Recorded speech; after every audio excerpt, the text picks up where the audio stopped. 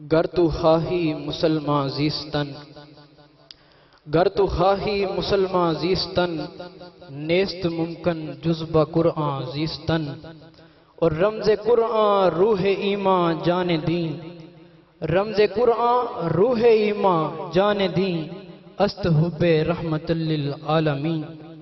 یہ تھے سید احتشام عباس جو نہایت ہی خوبصورت انداز میں آقا کریم کی بارگاہ میں اپنی حاضری لگوا رہے تھے۔ اب بلا تاخیر و تمہید میں حضرت علامہ مولانا حفیظ اللہ مصطفی صاحب سے ملتمس ہوں کہ آپ درس قرآن ارشاد فرمائیں۔ نعرہ تکبیر، نعرہ رسالت، نعرہ حیدری، علماء اہل سنت۔ الحمدللہ رب العالمین، بسم اللہ الرحمن الرحیم۔ لا اقسم بهذا البلد وانت حل بهذا البلد، صدق اللہ العظیم۔ ان اللہ وملائکتہ یصلون علی النبی یا ایہا الذین آمنوا صلوا علیہ وسلموا تسلیما۔ صلاۃ والسلام علیک یا رسول اللہ وعلی آلک واصحابک یا سیدی یا حبیب اللہ، الصلاۃ والسلام علیک یا رحمت للعالمین وعلی آلک واصحابک یا سیدی یا حبیب اللہ۔ تمام تعریف و توصیف، حمد و ثنا اللہ جل مجدہ الکریم کی ذات بابرکات کے لیے جو تمام جہانوں کا پالنے والا ہے۔ اللہ رب العزت کی حمد و ثنا کے بعد حضور تاجدار مدینہ، تاجدار انبیاء، معصوم آمنہ احمد مجتبیٰ حضرت محمد مصطفیٰ صلی اللہ علیہ وسلم کے حضور ناز میں عقیدتوں، ارادتوں اور نیازمندیوں کا خراج پیش کرنے کے بعد انتہائی عزت و تکریم کے لائق جلوہ فراز مقتدر علماء، معزز و محتشم حاضرین، السلام علیکم ورحمۃ اللہ۔ سورہ بلد سے 2 آیات تلاوت کرنے کا شرف حاصل کیا۔ دعا ہے اللہ حق بیان کرنے کی توفیق عطا فرمائے۔ قابل عمل باتوں پر ہم سب کو عمل کر کے زندگی کی راہوں کو درست کرنے کی توفیق عطا فرمائے۔ ارشاد رحمان ہے لا اقسم بہذا البلد، ارشاد فرمایا شہر مکہ کی قسم۔ مکۃ المکرمہ وہ عظیم شہر ہے جس کی عظمت کے حوالہ جات جو ہیں بہت سارے ہیں۔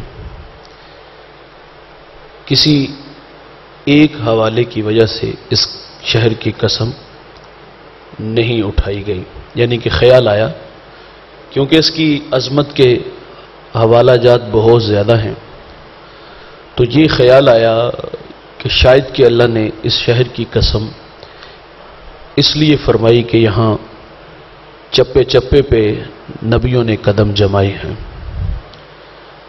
اس کی عظمت کا ایک حوالہ یہ بھی ہے کہ یہاں بیت اللہ ہے، اللہ کا گھر ہے، جس پر ہر وقت اللہ کی 120 رحمتیں اترتی ہیں۔ بیت اللہ کو دیکھنا عبادت ہے، اور پہلی نظر جب اللہ کے گھر پہ پڑے، حاجی جو بھی دعا مانگے اللہ دعا قبول فرماتا ہے۔ شیخ عبد القادر جیلانی رضی اللہ تعالیٰ عنہ اللہ کے گھر میں حاضر ہوئے، بیت اللہ پہ نظر پڑی تو انہوں نے سب سے پہلے یہ دعا کی کہ یا اللہ تو مجھے مستجاب الدعوات بنا دے، کہ میں جو بھی دعا کروں وہ قبول ہو جائے۔ میرے کریم آقا فرماتے ہیں ایک شخص، توجہ چاہوں گا، لمبا سفر کر کے آیا اور وہ اللہ کے گھر میں آ کے لمبے لمبے ہاتھ اٹھا کے دعا کر رہا تھا۔ فرمایا اللہ اس کی دعا قبول کیسے کرے؟ اس کے تن پہ جو پیرہن ہے حرام کا، اس کے پیٹ میں جو لقمہ ہے وہ بھی حرام کا۔ ارشاد فرمایا کہ جو ایک لقمہ حرام کا کھاتا ہے اللہ 40 دن دعا ہی قبول نہیں کرتا۔ حرام کے پیسوں سے حج عمرہ جو کرے گا تو کیا قبول ہوگا؟ دعائیں اس کی مستجاب ہوں گی؟ ایک لقمہ حرام کا کھائیں تو 40 دن دعا قبول نہیں ہوتی۔ میرے آقا فرماتے ایک شخص نے 10 درہم میں لباس خریدا، اس میں 9 حلال کے تھے اور ایک ساتھ حرام کا شامل کر لیا، تو فرمایا اگر وہ اس کا لباس خریدے اور پہن کر کے نماز کے لیے آئے تو فرمایا اللہ اس کی نماز ہی قبول نہیں فرمائے گا۔ دیکھیں ایک بندہ 1 من دودھ جمع کرے اور اس میں 1 قطرہ پیشاب کا ڈال دے تو کیا ہوگا؟ سارا دودھ ہی پلید ہو جائے گا نا۔ تو ایک بندے نے سارا دن محنت کی، دہاڑی لگائی، اس نے 500 روپیہ کمایا اور آتے ہوئے اس نے اس گھر سے کوئی چیز چرا لی یا وہ ساتھ کوئی اور شامل کر لیا تو وہ سارا مال ہی اس کا جاتا رہا نا۔ جس کا جز حرام ہے اس کا کل بھی حرام ہے۔ تو لباس پہن کے نماز پڑھے گا تو اللہ نماز بھی قبول نہیں کرے گا۔ اصل ہم لوگ کثرت کے چکر میں پڑ گئے ہیں، برکت مانگنا ہم لوگ بھول گئے ہیں۔ جب کثرت کی چکر ہوگی تو میرے بھائی پھر حلال حرام کی تمیز نہیں رہے گی۔ جو نیچے ہے وہ اوپر دیکھے گا نا، اوپر والا اس سے اوپر دیکھے گا، تسکین نہیں ملے گی۔ لیکن جب آپ نیچے دیکھنا شروع کر دو گے نا، وہ ساغر نے کہا تھا گھر شکستہ صحیح مگر اپنا تو ہے۔ آپ جب نیچے دیکھیں گے نا کہ جس کے پاس گھر چھوٹا ہے اور اس کا چھت بھی جو ہے وہ بارش کے قطرے بھی ٹپکتے ہیں اور ساتھ جو ہے وہ 2 کروڑ کا مکان ہے، وہ 2 کروڑ والے کو نہ دیکھے، وہ اپنے سے نیچے دیکھے کہ کچھ لوگ ایسے جن کے پاس اپنا گھر بھی نہیں ہے، وہ کرائے کے مکان پہ اور مال کے مکان جو جب اس کا جی چاہتا ہے وہ چھٹی کروا دیتا ہے، کہیں ہمسائے اچھے مل گئے کہیں نہ ملے۔ جب نیچے دیکھیں گے تو تسکین کے قافلے اتریں گے۔ میرے رسول فرماتے ہیں جو دنیا کے معاملے میں نیچے اور دین کے معاملے میں اوپر دیکھتا ہے، فرمایا اللہ اس شخص کو صابرین اور شاکرین کی صف میں لکھ دیتا ہے۔ لیکن ہماری کہانی الٹی ہے، ہم دنیا کے معاملے میں اوپر دیکھتے ہیں، سائیکل والا موٹر سائیکل والے کو وہ اس سے اوپر دیکھتا ہے تو غم ختم نہیں ہوگا۔ جب اوپر دیکھیں گے تو غم بڑھے گا، جب نیچے دیکھنے کا مزاج ہوگا تو تسکین کے قافلے اتریں گے۔ سعدی شیرازی کا کسی نے جوتا چرا لیا، سب سے آسان کام ہے جوتا چرانا، جو پسند آیا پہن کے چلے گئے، جو پورا آیا پہن کے چلے گئے۔ تو سعدی کا بھی کسی نے چرا لیا، اس زمانے میں بھی لوگ جوتے چراتے تھے۔ دل میں خیال آ گیا کہ اتنا بڑا عالم ہے اور ننگے پاؤں باہر جا رہے ہو، لیکن 2 قدم باہر رکھے تو آگے ایک شخص کو دیکھا کہ اس کے پاؤں سلامت نہیں تھے، وہی سجدہ کیا کہ یا اللہ تیرا شکر ہے تو نے میرے پاؤں تو سلامت رکھے ہیں۔ یہ نیچے دیکھنے کا مزاج ہے تو تسکین کے قافلے اترے۔ لیکن جب ہم کثرت کے چکر میں بڑھتے ہیں نا تو پھر حرام حلال کی تمیز بھول جاتے ہیں، پھر آگے بڑھنے کا غم جو ہے وہ انسان کو ہلاکت میں ڈال دیتا ہے۔ بھائی جان سیدھی سی بات ہے، ملنا وہی ہے جو نصیب کا ہے، جو مقدر کا ہے۔ جو مقدر کا ہے اس سے زیادہ نہیں ملے گا، یہ آپ کی مرضی ہے، اسے جائز طریقے سے حاصل کر لو چاہے ناجائز طریقے سے۔ نہج البلاغہ کا حوالہ ہے، حضرت علی رضی اللہ تعالیٰ عنہ ایک سفر میں تھے تو راستے میں ایک بدو ملا، آپ نے اس کو اونٹ کی نکیل دی، فرمایا میں ابھی آیا۔ جب واپس آئے تو اس نے اونٹ کی نکیل چوری کی اور بھاگ گیا۔ حضرت علی رضی اللہ تعالیٰ عنہ اونٹ کو ہانگ کر کے بازار لے آئے۔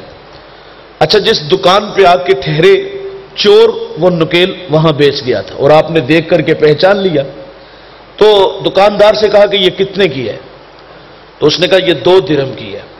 حضرت علی رضی اللہ تعالیٰ عنہ نے اسی وقت آسمان کی طرف منہ کیا اور اللہ سے عرض کیا کہ یا اللہ گواہ رہنا، جب میں نے اونٹ بدو کو دیا تھا تو میں یہ نیت کر کے گیا تھا کہ جب میں واپس آؤں گا تو اس کو 2 درہم دوں گا، لیکن اس نے صبر ہی نہیں کیا، اس نے حلال کو چھوڑ کر کے حرام کو اختیار کر لیا۔ دیکھیے آپ کے اختیار میں ہیں، آپ کے ٹیبل پر لاکھوں روپے پڑے ہیں اور آپ نے صرف ایک سائن کرنا ہے، قلم چلنا ہے، تو وہ لاکھوں روپے آپ کے گھر آئے گا، لیکن آتا ہوا حرام کا پیسہ اگر آپ وہاں رک کر کے وہی حضرت علی والی بات آسمان کی طرف منہ کرو، رب سے کہو کہ مالک یہ نہیں لینے، میں نے حرام نہیں لینا حلال لینا ہے، تو اللہ اچھے طریقے سے آپ کو وہ پیسے ضرور دے گا۔ میں اسی طرح کہوں گا، ہمارا جو شعبے سے تعلق ہے، دین تو کاروبار ہے ہی نہیں نا، دین کو کاروبار بنانا بھی نہیں چاہیے۔ ہمارے معاشرے میں 4 طرح کے لوگ ہیں، ایک ڈیمانڈ کرتے ہیں، ان کی ریشو بہت زیادہ ہے، اور ایک وہ ہیں جو ڈیمانڈ نہیں کرتے، دوبارہ وہاں جاتے بھی نہیں جہاں سے ہو کچھ نہ، ایسے لوگ بہت تھوڑے ہیں، اور ایک وہ ہیں جنہیں مذہبی تنظیمات کی طرف سے معاملات ہوتے ہیں، اور ایک وہ ہوتے ہیں جو ڈیمانڈ بھی نہیں کرتے، جہاں سے کچھ نہ ہو پھر بھی چلے جاتے ہیں، تنظیم کی طرف سے بھی کوئی معاملہ نہیں ہوتا، وہ انگلیوں کے پوروں پہ گنے جا سکتے ہیں۔ ہم کہتے ہیں جب توکل کی کہانی آتی ہے، جو نصیب کی بات آتی ہے، تو پھر ہمیں بھی اس پہ قائم رہنا چاہیے نا، یہ تو نہیں نہ کہنا چاہیے کہ اکاؤنٹ میں اتنے بھیجو گے تو پھر ہی آؤں گا، گاڑی پٹرول پہ چلتی ہے۔ تو اگر یہ رویے ہمارے ہوئے تو ہمیں بھی اس بات سے سیکھنا ہوگا، ملنا تو ہے نا یار، ہاتھ پھیلا کے بھی ملنا ہے، بے نیازی سے بھی ملنا ہے، تو کتنا ہی اچھا ہے کہ آپ بے نیاز رہو، ہاتھ پھیلاؤ گے تو ذلیل ہو جاؤ گے، اور آپ کی عزت اتنی دیر تک ہے جتنی دیر آپ کے پاس فن ہے، آپ کو بولنا آتا ہے، آپ کی بات لوگ سنتے ہیں، زبان خاموش ہوئی، فن کمزور ہوا تو فنکار کی بھی عزت گئی، سیدھی سی بات ہے۔ آپ اتنی دیر آپ کو لوگ، بچپن میں ہم ایک نعت سنتے تھے، وہ چھوٹا سا بچہ ہوتا تھا، وہ نور والا آیا ہے پڑھتا تھا، اور اس نے لاکھوں روپیہ کمایا تھا، لیکن آج کل وہ نظر ہی نہیں آتا، گلا اس کا گیا، فنکار گیا، فن گیا اور فنکار بھی ختم۔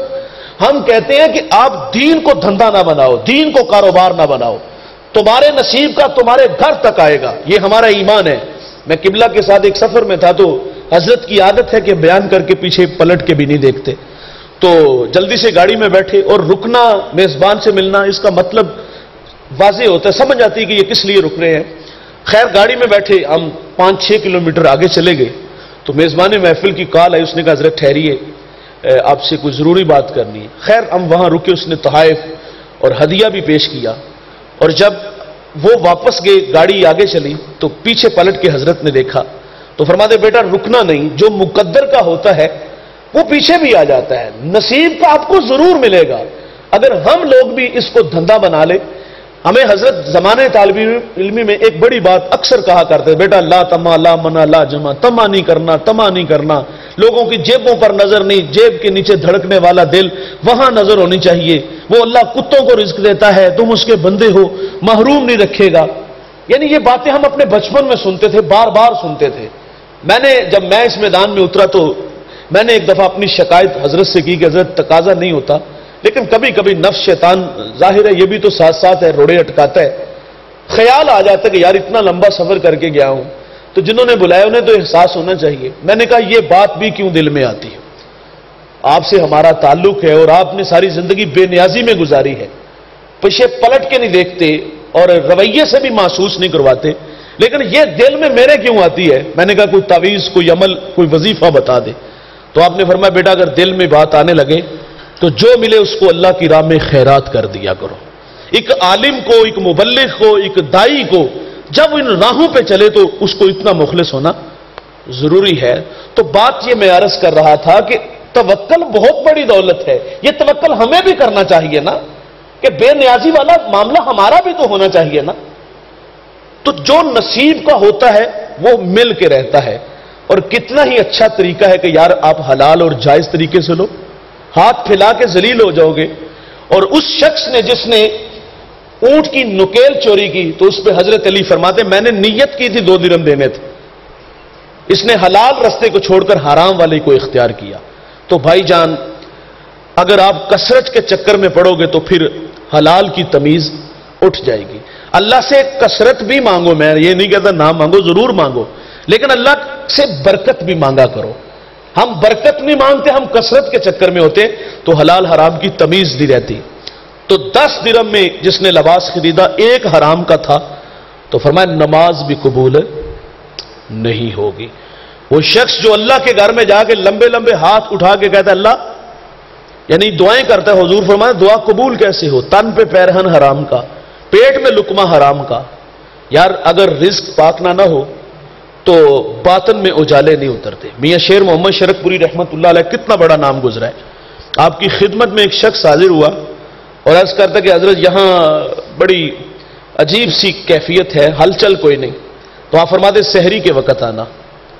آپ نے بلا لیا، وہ حاضر ہوا، دوزانہ بٹھایا، فرمایا کہ توجہ دل کی طرف کرو. آپ نے توجہ دی تو پوچھا کچھ نظر آیا؟ کہا حضرت کچھ نظر نہیں آیا. آپ نے پھر دل کی طرف توجہ کی، کہا کچھ نظر آیا؟ کچھ نظر نہیں آیا. تو آپ فرماتے بیلیا ناراض نہ ہوئی. تو آپ نے فرمایا یا تو حرام زادہ ہے یا پھر تیرے مال میں حرام کی آمیزش ہے. رزق پاک نہ ہو تو دعائیں بھی قبول نہیں ہوتی، من میں روشنی بھی نہیں اترتی، اندر جو ہے وہ اجالے نہیں اترتے یار. اور اگر رزق پاک ہو تو ہاتھ اٹھنے کی دیر ہوتی ہے، اجابت کے دروازے اللہ کھول دیتا ہے. میاں شیر محمد شرک پوری رحمت اللہ علیہ تھے. آپ کی عادت تھی کہ آپ نماز پڑھ کے، نماز فجر پڑھ کے فوری وضو خانے کی چھت پہ چڑھ کے وظیفے میں مشغول ہو جاتے تھے. آپ نماز پڑھ کے جب وضو خانے کی چھت پہ بیٹھے تو جو نمازی لوگ تھے انہوں نے کہا آج میاں صاحب سے دعا کرواتے ہیں. بارش نہیں ہو رہی تھی اور ایسے زاویے میں کھڑے ہو گئے جہاں سے میاں صاحب رحمت اللہ علیہ آسانی سے نظر آ رہے تھے. خیال تھا کہ وہ نظر اٹھائیں گے تو ہم زبان سے نہیں کچھ کہیں گے، ہاتھ کے اشارے سے کہیں گے کہ دعا کریں. میاں صاحب اچانک نظر اٹھاتے تو وہ ہاتھ کے اشاروں سے کہتے ہیں کہ دعا کریں. آپ نظریں جھکا لیتے ہیں اور پھر دزدیدہ نگاہوں سے انہیں دیکھتے ہیں اور پھر وہ ہاتھ اٹھا کے کہتے دعا کریں تو آپ پھر نگاہیں جھکا لیتے. 2 3 4 دفعہ یہ عمل ہوا اور میاں صاحب موج میں آ گئے، مسکرا پڑے، آسمان کی طرف منہ دیکھ کیا اور کیا کہتے کہ ربا ہن پا بھی دے. صرف اتنا کہا کہ ربا ہن پا بھی دے تو چھم چھم بھی برسنا شروع ہو گیا تھا. اگر رزق پاک ہو تو دعائیں قبول ہوتی ہیں. رابعہ بصری کے پاس لوگ گئے نا کہ دعا کرے، بارش نہیں ہو رہی، تو انہوں نے جھاڑو پکڑا، ویڑے میں پھیرنا شروع کر دیا اور پھر کیا کہتی کہ یا اللہ ویڑا میں صاف کر دیتا ہے، ترونکا تو لا دے. تو رب نے ترونکا بھی لگایا تھا یار. ان لوگوں کی دعائیں اس لیے قبول ہوتی تھی، ان کا رزق پاک تھا. مکہ المکرمہ کی عظمت کا ایک حوالہ یہ ہے کہ وہاں بیت اللہ ہے، اللہ کا گھر ہے جس پر 120 رحمتیں اترتی ہیں. پہلی نظر میں جو دعا کی جائے وہ دعا قبول ہوتی ہے. تو میں نے ساتھ یہ ضمناً کچھ باتیں عرض کی کہ اگر رزق پاک نہ ہو تو دعا قبول نہیں ہوتی. اس شہر مکہ کی عظمت کا ایک حوالہ یہ بھی ہے کہ وہاں حجر اسود ہے، وہ جنت سے آیا ہوا پتھر جسے حاجی لوگ بڑے شوق سے چومتے ہیں. اور حضرت عمر رضی اللہ تعالی عنہ نے بھی جب طواف کعبہ کرتے ہوئے حجر اسود تک آئے تو آگے بڑھ کر کے اس کو چوم لیا اور اس سے کلام کیا کہ تو ایک پتھر ہے، جنت سے آیا ہے، نہ کسی کو نفع دے سکتا ہے اور نہ ہی کسی کو نقصان پہنچا سکتا ہے، لیکن اس کے باوجود بھی میں تمہیں چوم رہا ہوں. کیوں؟ فرمایا اس لیے کہ تمہیں میرے محمد نے چوما ہے. میں فرض محبت ادا کر رہا ہوں، کسی کی ادا کو ادا کر رہا ہوں. صحابہ تو یار حضور کی اداؤں سے بھی پیار کرتے تھے. ابن عمر رضی اللہ تعالیٰ عنہ اونٹنی پہ سوار ہے اور گول چکر لگانے لگے. دیکھنے والے نے تعجب کیا اور پوچھ لیا کہ بھائی آپ خیریت سے یہ چکر لگا رہے، اس میں کوئی حکمت ہے؟ کہا مجھے بھی نہیں پتا. تو کہا پھر چکر کیوں لگا رہے ہو؟ تو کہا ایک دن میں نے رسول اللہ کو اسی جگہ پہ اونٹنی پہ سوار دیکھا اور گول چکر لگاتے دیکھا. میں نے اپنے محبوب کو یہ عمل کرتے دیکھا، آج محبوب کی یاد آئی تو اس یاد کو تازہ کرنے کے لیے میں نے بھی یہ عمل کر لیا. وہ اداؤں سے پیار کرتے تھے. غالباً ابن عمر ہی تھے، ایک سفر میں تھے تو راستے میں ایک شجر آیا، قادآور تھا، اور گزرنے لگے تو سر جھکا لیا، سر جھکا کر کے گزر گئے۔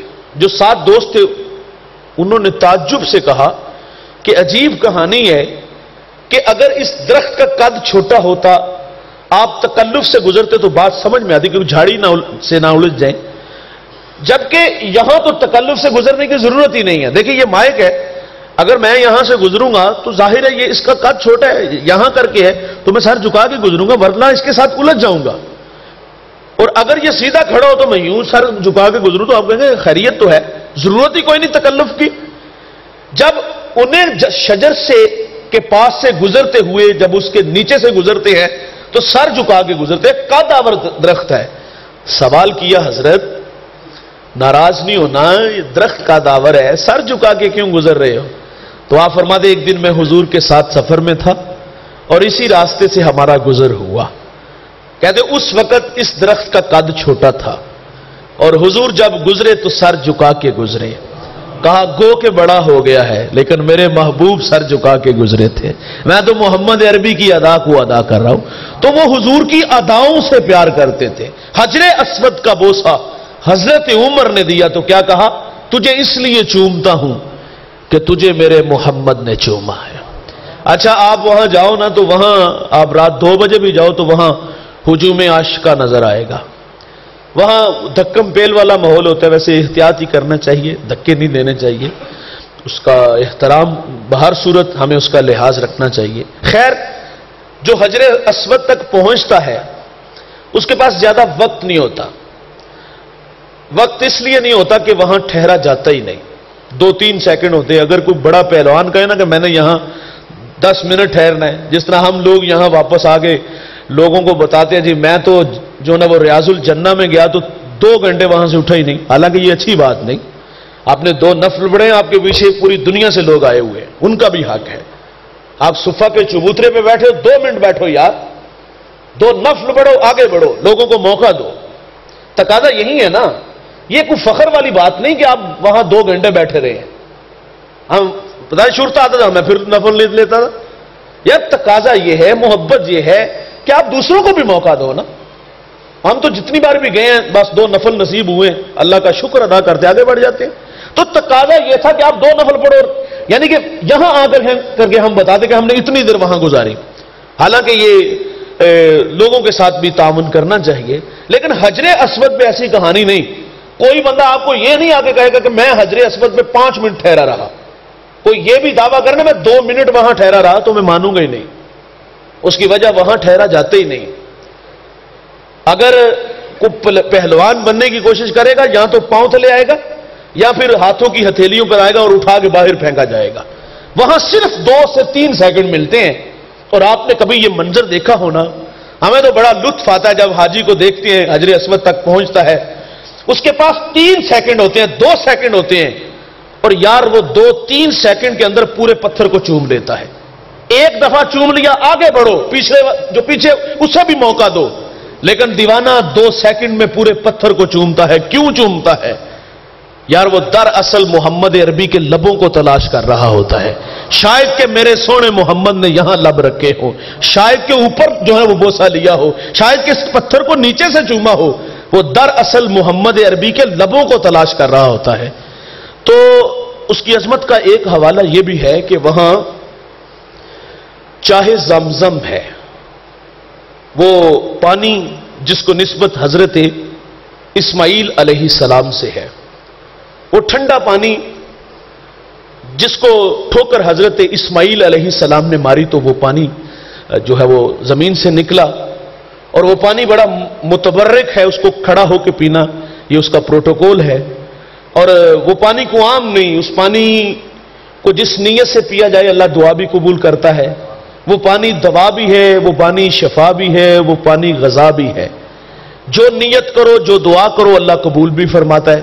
حج کا موسم ہے اور ایک بہت بڑے عالم حج کے لیے آئے ہوئے تھے، اور لوگوں نے جب انہیں دیکھا تو لائن میں کھڑے ہو کر مصافحہ کرنے لگے، ان سے ہاتھ ملانا لوگ فخر جانتے تھے، اور کسی دیوانے نے جب دیکھا کہ میری باری آنے میں تو کچھ وقت لگے گا، وہ لائن میں نہیں کھڑا ہوا، وہ سیدھا جو ہے وہ چاہے زمزم پہ آیا، وہاں آ کر کے پانی پیا اور پی کر کے دعا کر کے واپس آیا، اور اس نے کہا حضرت ایک مسئلہ پوچھنا ہے۔ کہا پوچھئے۔ کہا میں نے سنا ہے کہ آب زمزم کو جس نیت سے پیا جائے دعا قبول ہوتی ہے۔ کہا ہاں قبول ہوتی ہے۔ تو کہا میں ابھی ابھی پی کے آیا ہوں۔ تو کہا کیا مانگا ہے؟ کہا میرا جی چاہ رہا ہے کہ میں آپ سے اللہ کے رسول کی 100 احادیث سنوں۔ تو آپ نے لوگوں سے معذرت کی، کہا تم میرے پاس آ جاؤ اور میں تمہیں محمد عربی کے 100 فرامین سناتا ہوں۔ جس نیت سے پیا جائے اس پانی کو اللہ دعا قبول فرماتے ہیں۔ اس شہر مکہ کی عظمت کا ایک حوالہ مقام ابراہیم ہے، وہ پتھر جس کی چھاتی پہ ابراہیم علیہ السلام کے قدم لگے ہیں۔ ابراہیم علیہ السلام کے قدم کسی ایک پتھر پہ تو لگے نہیں تھے، وہ تو سارا علاقہ ہی پتھریلا تھا، لیکن اس کو کیوں محفوظ رکھا گیا؟ وہ اس لیے کہ اس پتھر کی چھاتی پہ کھڑے ہو کر ابراہیم علیہ السلام نے میرے محمد کا میلاد پڑھا تھا۔ ربنا وابعث فیہم رسولا، دیکھ اللہ تیرا بابرکت گھر تعمیر ہو گیا، اب تو اس پیارے رسول کو بھیج دے۔ اس کی عظمت کا ایک حوالہ یہ بھی ہے کہ وہاں صفا مروہ ہے، یہ دو پہاڑیاں جس کو نسبت حضرت حاجرہ رضی اللہ تعالی عنہا سے ہے۔ جب حضرت ابراہیم علیہ السلام پہلے تو اللہ سے مانگ مانگ کے بیٹا لیا، کتنے سال لگ گئے، دعائیں کرتے رہے، بڑھاپے میں چاند سا بیٹا ملا اور جی بھر کے دیکھا بھی نہیں، تو اللہ کا حکم آ گیا کہ اس بیٹے کو اپنے سے جدا کرو اور جہاں آج بیت اللہ ہے وہاں چھوڑاؤ۔ اچھا دوستوں کہ جب آپ کو وہاں چھوڑنے کے لیے ابراہیم علیہ السلام آئے، یعنی ایسا نہیں ہوا کہ کسی رشتہ دار کے ہاں نہیں چھوڑ کے آئے کہ یہاں بستی آبادی ہے، میرے بیٹے کا خیال بھی رکھا جائے گا، یا کوئی مہینے 2 مہینے بعد ملاقات بھی ہو جائے گی۔ ایسے علاقے میں چھوڑا جہاں نہ شجر سایہ دار تھا، جہاں نہ شجر پھلدار تھا، جہاں پانی کی ایک بوند بھی نظر نہیں آ رہی تھی، یہاں چھوڑ کر کے ابراہیم علیہ السلام، وہاں وہ 4 پہاڑ تھے، ایک جبل ابی قبیس اور جبل عمر، 2 اور پہاڑ تھے۔ حضرت حاجرہ رضی اللہ تعالی عنہا کو لے کر کے ابراہیم علیہ السلام جب مکہ میں آئے اور اپنی بیوی کو چھوڑ کر واپس جانے لگے، غالباً آپ کی عمر اس وقت 24 سال تھی یا اس سے کم زیادہ ہوگی، اور آپ جانے لگے تو حضرت حاجرہ 3 میل تک ابراہیم علیہ السلام کے ساتھ چلی اور کیا کہتی کہ ہمیں یہاں وحشت اور تنہائی میں کس کے سہارے چھوڑ کے جا رہے ہیں؟ ابراہیم علیہ السلام خاموش ہو گئے۔ آپ نے پھر عرض کیا کہ ہمیں یہاں کس کے سہارے چھوڑ کے جا رہے ہو؟ آپ نے کلام نہیں کیا، آپ نے پھر کہا اور ساتھ ہی کہتی کیا یہ اللہ کا حکم ہے؟ فرمایا ہاں حاجرہ یہ میرے اللہ کا حکم ہے۔ تو آپ فرما دی شوق سے جائیے، وہ ہمیں ضائع ہونے، آپ جائیے وہ ہمیں ضائع ہونے نہیں دے گا۔ تو پھر اللہ کی بندی نے وہاں تنہائیاں اور رات کی وحشت بھی کاٹی۔ حفیظ جلندری اس وادی کا نقشہ بیان کرتا ہے کہ وہ وادی تھی جہاں وحشت بھی قدم رکھتی تھی ڈر ڈر کے، جہاں پھرتے تھے آوارہ تھپیڑے بادے سر سر کے، جہاں نہ پھول کھلتے تھے، جہاں نہ گھاس اگتی تھی، مگر وہ سرزمین تھی کہ آسماں بھی جھک کے ملتے تھے۔ حضرت حاجرہ نے پھر وہ تنہائیاں اور وہ وحشت والی راتیں گزاری، اور جب بیٹے نے پیاس کا مطالبہ کیا، بھوک کا مطالبہ کیا، ممتا تڑپی، اور آپ نے ان 2 پہاڑیوں پہ دوڑ لگا دی۔ یہ 3.5 کلومیٹر کا فاصلہ بنتا ہے۔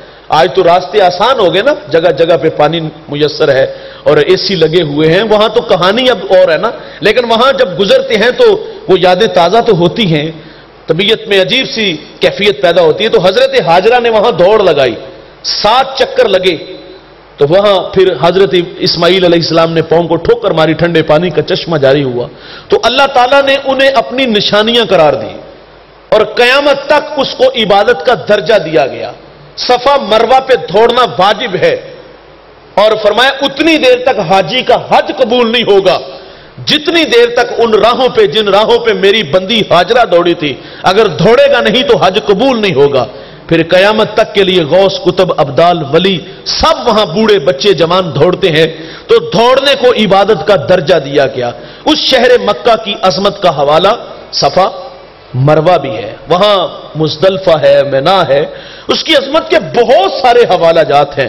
ذہن میں خیال آیا کہ شاید کہ اللہ نے مکہ المکرمہ کی قسم اس لیے فرمائی کہ یہاں بیت اللہ ہے، شاید کہ اللہ نے اس شہر مکہ کی قسم اس لیے کھائی کہ یہاں حجر اسود ہے، شاید کہ اس شہر کی قسم اللہ نے اس لیے کھائی کہ یہاں مقام ابراہیم ہے، شاید کہ اس لیے قسم فرمائی کہ یہاں چاہے زمزم ہے، شاید کہ اس شہر کی قسم اس لیے کھائی کہ یہاں صفا مروہ ہے، شاید کہ اس لیے کھائی کہ یہاں مزدلفہ ہے، منا ہے، شاید کہ اس لیے قسم فرمائی.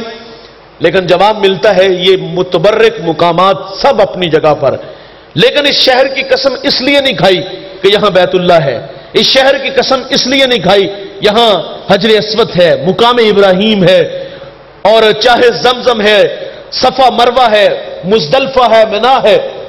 تو قسم کس لیے فرمائی؟ فرمایا اس شہر کی قسم اس لیے کہ اس شہر میں محمد عربی کے ڈیرے ہیں، یہاں میرے محبوب رہائش پذیر ہیں. مجھے اس مکے کی قسم اس لیے کہ یہاں میرے محبوب رہتے ہیں. صدر ہر جا کے نشینت صدر است، صدر جس جگہ پہ بھی بیٹھ جائے نا وہی جگہ مقام صدر بن جاتی ہے.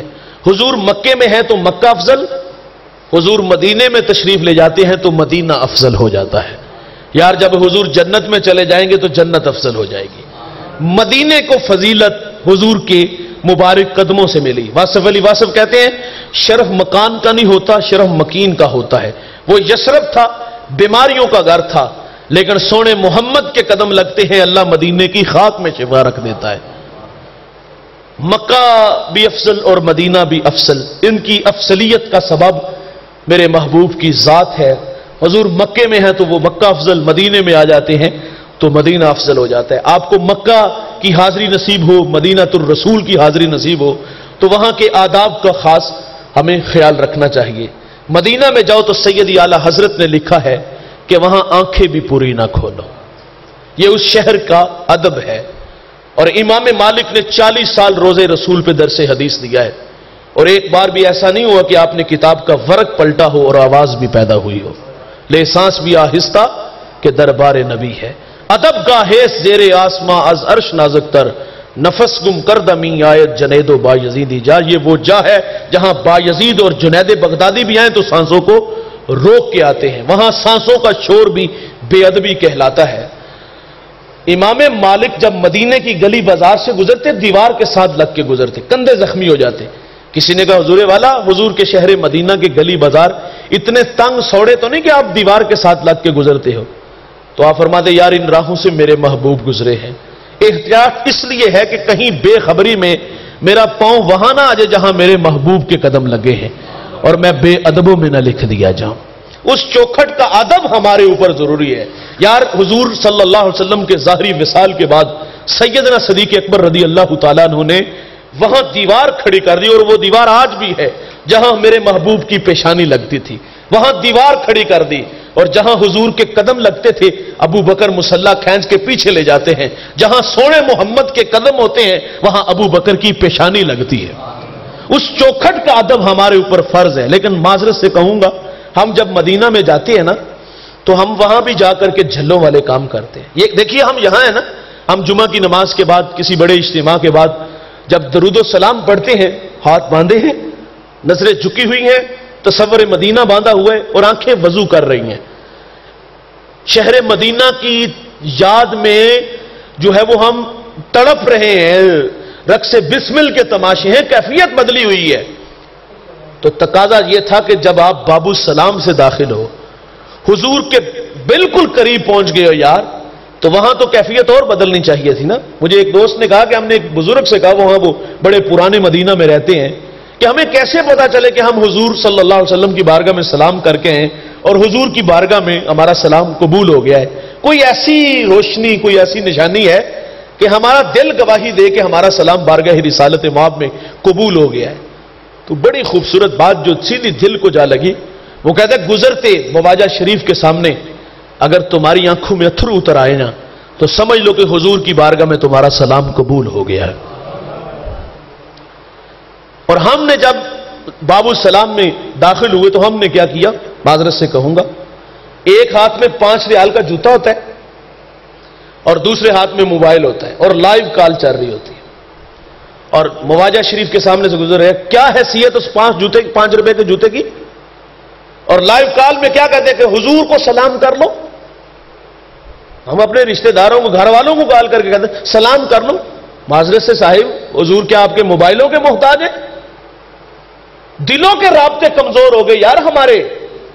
حضور والی مدینہ کو خواب میں ملے، فرمایا جامی کو روک لو، روک لیا گیا، وہ بیس بدل کے پھر آئے۔ حضور فرماتے وہ پھر آ رہا ہے، روک لیا گیا، پھر بیس بدلا، پھر آئے۔ حضور فرماتے وہ پھر آ رہے ہیں، اب کے بار جیل کی سلاخوں کے پیچھے ڈال دیا۔ حضور خواب میں ملے، کہا یہ کیا کیا؟ کہا حضور یہ باز ہی نہیں آ رہے تھے؟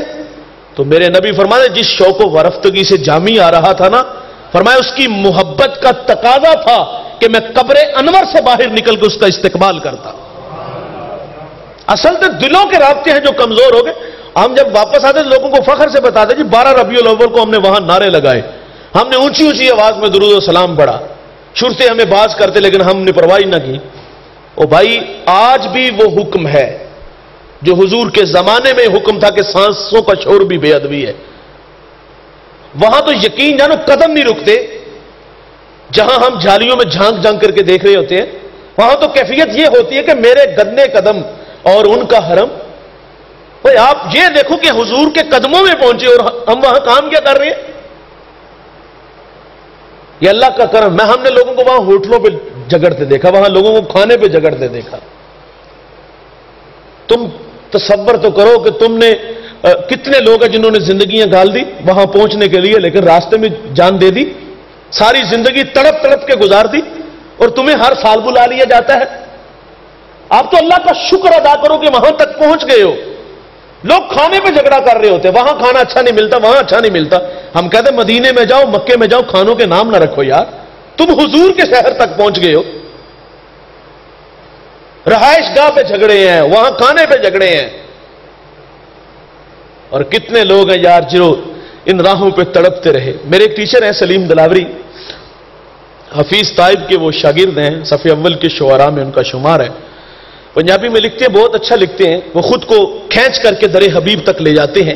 جنہوں نے نہیں دیکھا میں ان کی کیفیت بیان کروں گا، اور وہ کیا خوب لکھتے ہیں۔ آپ فرماتے ہیں آساں دے بوئے کھل دے، درداں دے ورکے تھل دے، دکھاں دے چکڑ چل دے، اکھاں چوں ہنجو ڈول دے، لوں لوں دا سینہ پاڑ دے، آقا جی دل نو ساڑ دے، غوطے تے غوطہ کھا رہے ہیں، وہماں چ ڈبدا جا رہے ہیں، دسیاں نہ چننا تارے ہیں، رائیاں تو پچھ پچھ ہارے ہیں، جتھے خدا دا نور ہے وہ شہر کنی دور ہے، سوچا پکاندا جامنا، من وچ بٹھاندا جامنا، نقشے پکاندا جامنا، کر لے کرینہ انج دا ہونا مدینہ انج دا، ویلے نے ڈاڈے یا نبی، پلے نہیں ساڈے یا نبی، بیٹھے دراڈے یا نبی، امتی تہاڈے یا نبی، ہجراں دے پھنیر شوک دے، مڑ مڑ کے اے حقوق دے، آمن مرادہ پک کے، قسمت لے جاون دھک کے، سونا مدینہ تک کے، بہ جاواں جس دم تھک کے، ٹھنڈی ہوا جے وگ جائے، اکھ ذرا کو لگ جائے، کملی ذرا سرکا کے، مکھڑے تو پردہ چا کے، خواباں وچ پھیرا پا کے، آقا اے آکھن آ کے، راواں دی سختی جھل کے، آئیو دوروں چل کے، الفت دے ڈابو تر کے، ہو کے سلیم بھر کے، دل نو آنند آ گیا، سانو پسند آ گیا، کرم فرماؤ ساڈے تے حبیبی یا رسول اللہ، مدینے آن نہیں دیندی غریبی یا رسول اللہ۔ اللہ تعالیٰ نصیب فرمائے اور بار بار نصیب فرمائے، اور نصیب فرمائے تو اللہ تعالیٰ با ادب حاضری نصیب فرمائے۔ جو لوگ زیارت حرمین کے لیے گئے ہیں اللہ تعالیٰ ان کی عبادات، ان کے حج اپنی بارگاہ میں قبول فرمائے، اور اللہ تعالیٰ آپ کو بھی بار بار در حبیب کی مکہ المکرمہ کی با ادب حاضری نصیب فرمائے۔ جو کہا سنا اللہ تعالیٰ ہم سب کو عمل کے جذبوں سے مالا مال فرمائے۔ اللہم صلی علی سیدنا و مولانا محمد وآلہ واصحابہ وبارک وسلم۔ اے اللہ جو کہا سنا ہم سب کو عمل کی توفیق عطا فرما، سب کو دارین کی سعادتوں سے مالا مال فرما، قدم قدم پر حسنات عطا فرما، زندگی شان کی، موت ایمان کی عطا فرما، سب کی جولیاں اللہ رحمت و رضوان سے بھرپور فرما۔ میرے مالک جو درس قرآن کے دائی ہیں ظہیر بھائی، دیگر جن کے رفقا جن کی محنت سے ہم سب یہاں جمع ہوتے ہیں، اے اللہ ان جوانوں کی محنت جستجو کاوش اپنی بارگاہ میں قبول فرما، اے اللہ انہیں قدم قدم پر برکات نصیب فرما، قرآن کی نوکری میں زندگی اور اسی نوکری میں موت نصیب فرما۔ اے میرے مالک یہ بڑی حساس نوکری ہے، اللہ ہمیں خلوص عطا فرما، اپنی رضا کے جذبے نصیب فرما۔ جتنے آئے ہیں اللہ گھروں میں پہنچنے سے پہلے سب کے گھروں میں درس قرآن کی برکتیں بھیج دے، سب کو دنیا آخرت کی عزتوں سے مالا مال فرما۔ میرے اللہ تیرے حضور دست بدعا ہیں، ہمارے فوت شدگان کی مغفرت فرما، ہمارے والدین کی مغفرت فرما، ان کی قبروں کو ٹھنڈا منور خوشبودار بنا، اچھے اعمال قبول فرما۔ میرے مالک اس وقت جو کشمیر کے حالات ہیں، وہ مائیں بہنیں بیٹیاں اس وقت جس کرب میں گزر رہی ہیں، اللہ ان کی مدد فرما۔ اے میرے مالک ان کی مدد فرما، میرے مالک کشمیر کے مظلوموں کی مدد فرما۔ اے اللہ ہمیں صالح قیادت نصیب فرما، اے اللہ ہمیں جڑ جانے کی توفیق عطا فرما۔ صلی اللہ تعالی علی النبی الامین وآلہ وصحبہ اجمعین برحمتک یا